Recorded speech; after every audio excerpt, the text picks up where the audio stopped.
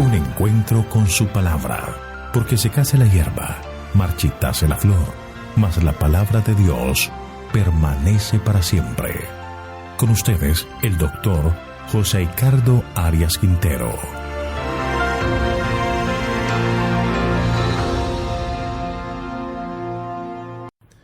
Hoy vamos a estudiar Segundo de Crónicas, capítulo 22, Reinado de Ocosías en Judá.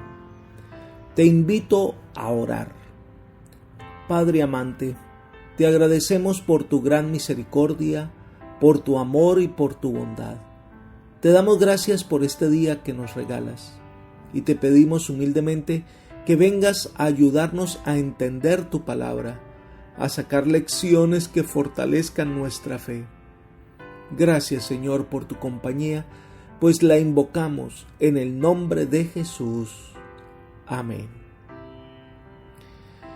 El capítulo que vamos a estudiar hoy presenta el actuar de Ocosías y de su madre Atalía.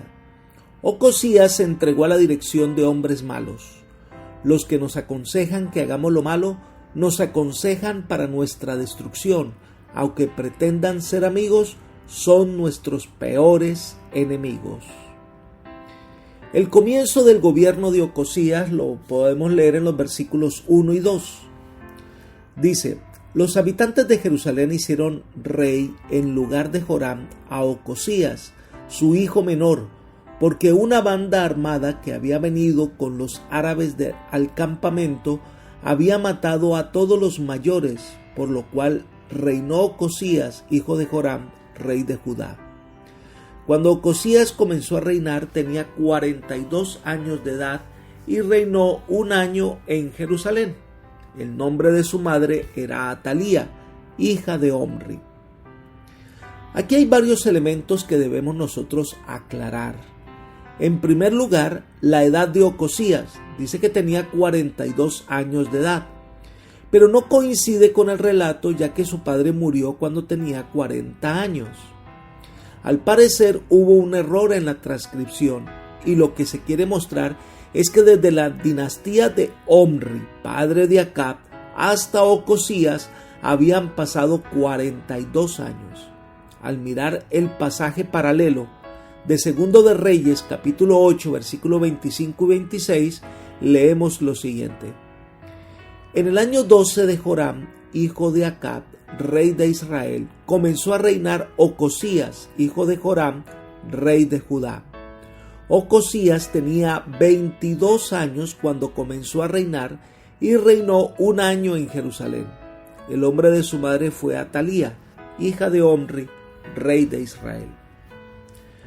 Realmente la edad de Ocosías, según este relato paralelo, es de 22 años de edad. Era el hijo menor de Joram, debido a que al parecer los príncipes de la familia real estaban en algún campamento alejado de la capital cuando fueron atacados por una banda de merodeadores árabes que los capturaron y los mataron.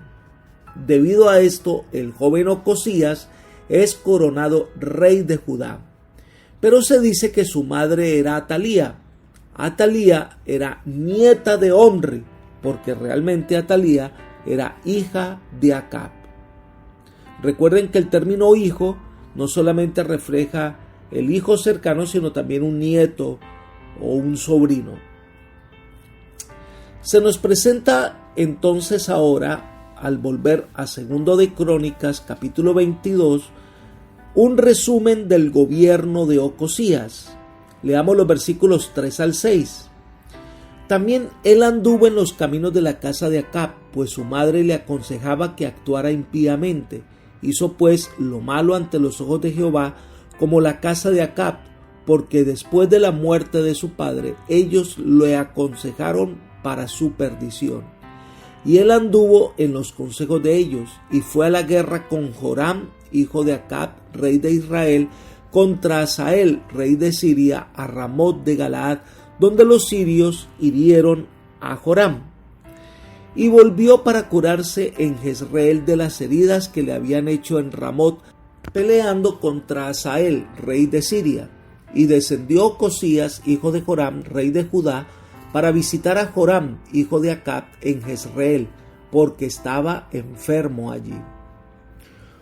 Ocosías tuvo una influencia fuerte de parte de su madre Atalía, quien era una mujer enérgica, muy parecida a su madre Jezabel, y naturalmente haría todo lo posible para introducir el culto de Baal en el reino del sur. Siendo que Ocosías no esperaba ser rey de Israel, sino que fue incidentalmente, necesitó de consejeros, pero estos eran hombres malos, consejeros viles que lo llevaron por el camino equivocado de la idolatría. El prestar oídos a los malos consejeros fue la ruina moral de Ocosías, lo que finalmente le acarreó la muerte. Ahora, así como Josafat había ido con Acab, padre de Joram, así también Ocosías fue íntimo de Joram y se le unió en su expedición contra los sirios. Ningún bien podía esperarse del compañerismo con los impíos. Aunque el combate fue exitoso en el intento de recuperar a Ramot de Galaad, sin embargo, Joram, el rey de Israel, fue herido. Entonces, como un gesto de solidaridad, Ocosías fue a visitar a Joram, que estaba convaleciente. Pero esta visita le costaría la vida a Ocosías. Leamos los versículos 7 al 9. Dice: pero esto venía de Dios, para que Ocosías fuera destruido al visitar a Joram. Tan pronto llegó, salió con Joram contra Jehú, hijo de Nimsi, el cual Jehová había ungido para que exterminara a la familia de Acab. Mientras Jehú hacía juicio contra la casa de Acab, halló a los príncipes de Judá y a los hijos de los hermanos de Ocosías, y servían a Ocosías, y los mató. Buscó luego a Ocosías, el cual se había escondido en Samaria, lo hallaron, lo trajeron a Jehú y lo mataron. Pero le dieron sepultura, pues decían: es hijo de Josafat, quien de todo corazón buscó a Jehová. Y la casa de Ocosías no tenía fuerzas para retener el reino. Crónicas explica la forma en que se cumplieron los designios de la providencia divina en la muerte de Ocosías. Por eso el texto decía que esa actitud que tenía Ocosías de visitar a Joram, que estaba convaleciente, eso venía de Dios, es decir, se iba a cumplir la voluntad de Dios. Ahora, la muerte prematura del rey se interpretó como un castigo por su idolatría. La visita de Ocosías a Joram de Israel se produjo en el preciso momento de la revolución de Jehú, cuando encontraron su fin Joram, Jezabel y Ocosías. Jehú había sido designado por Dios para realizar esta obra. Recordemos la recomendación que le hace Dios al profeta Elías para que Jehú fuera el vengador del Señor.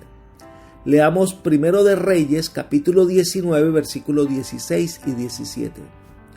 A Jehú, hijo de Nimsi, lo ungirás como rey de Israel, y a Eliseo, hijo de Safat, de Abed-meola, lo ungirás como profeta para que ocupe tu lugar. Al que escape de la espada de Hazael, Jehú lo matará, y al que escape de la espada de Jehú, Eliseo lo matará. De esta manera, Crónicas, uniéndolo al relato que hace Reyes, narra que la visita de Ocosías coincide con el momento en que Jehú vino a dar muerte a la familia de Acab, del cual el rey Joram era hijo.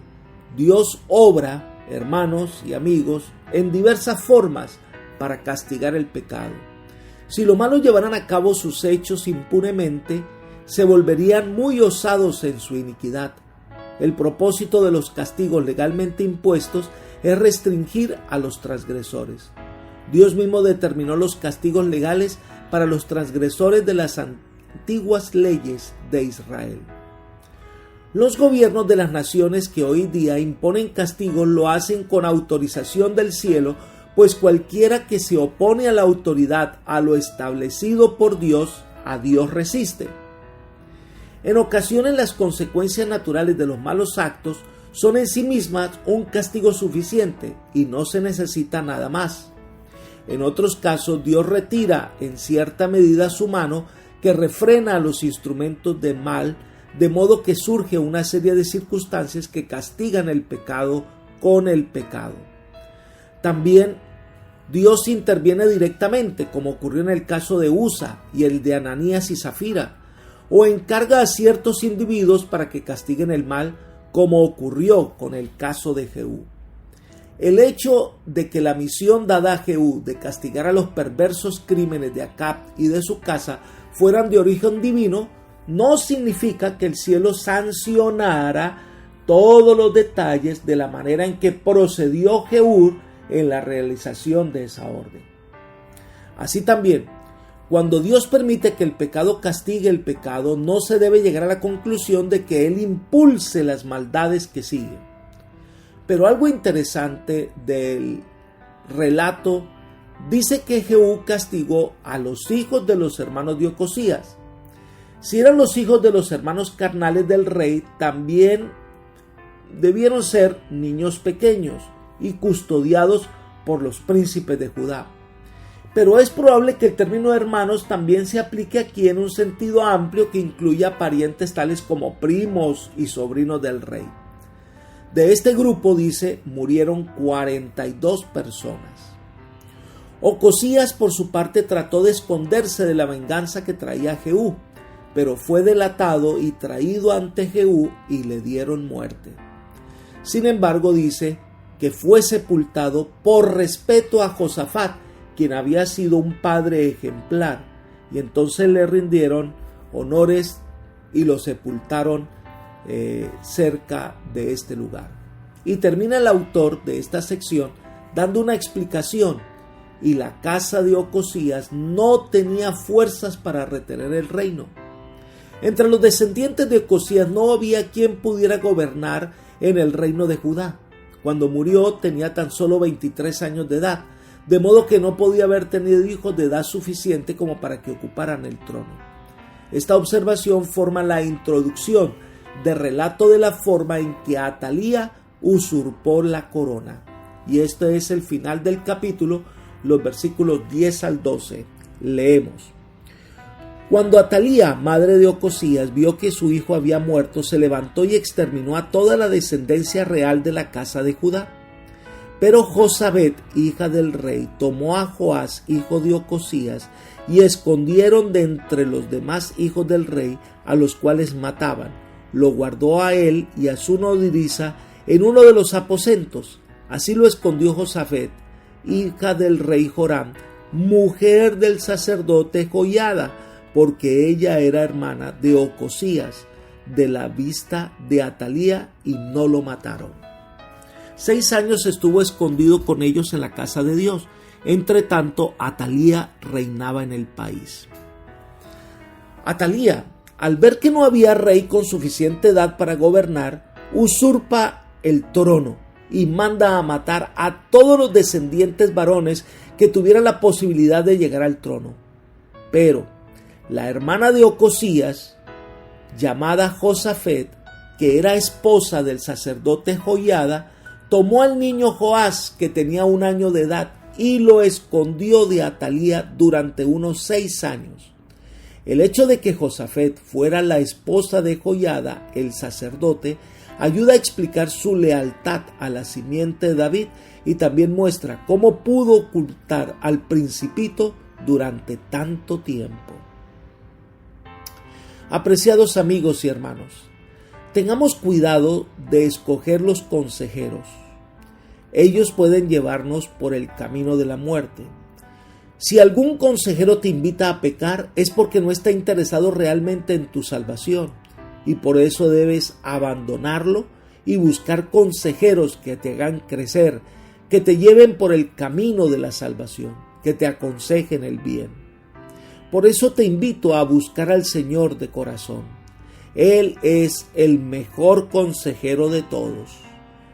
Por eso, mi oración por ti es que el Señor te bendiga y te guarde y te lleve por sendas de paz. Amén.